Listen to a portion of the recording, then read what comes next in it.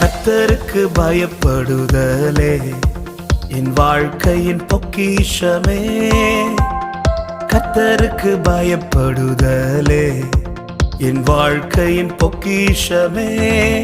அதுவே ஞானத்தையும் அறிவையும் ரட்சிப்பையும் உறுதியாக்கும்.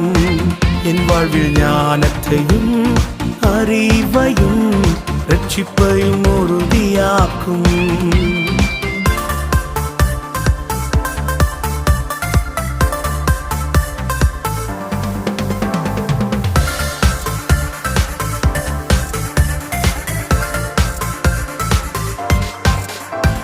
சாலமோன் கர்த்தருக்கு பயந்தான், ஞானத்தால் நிரப்பினாரே.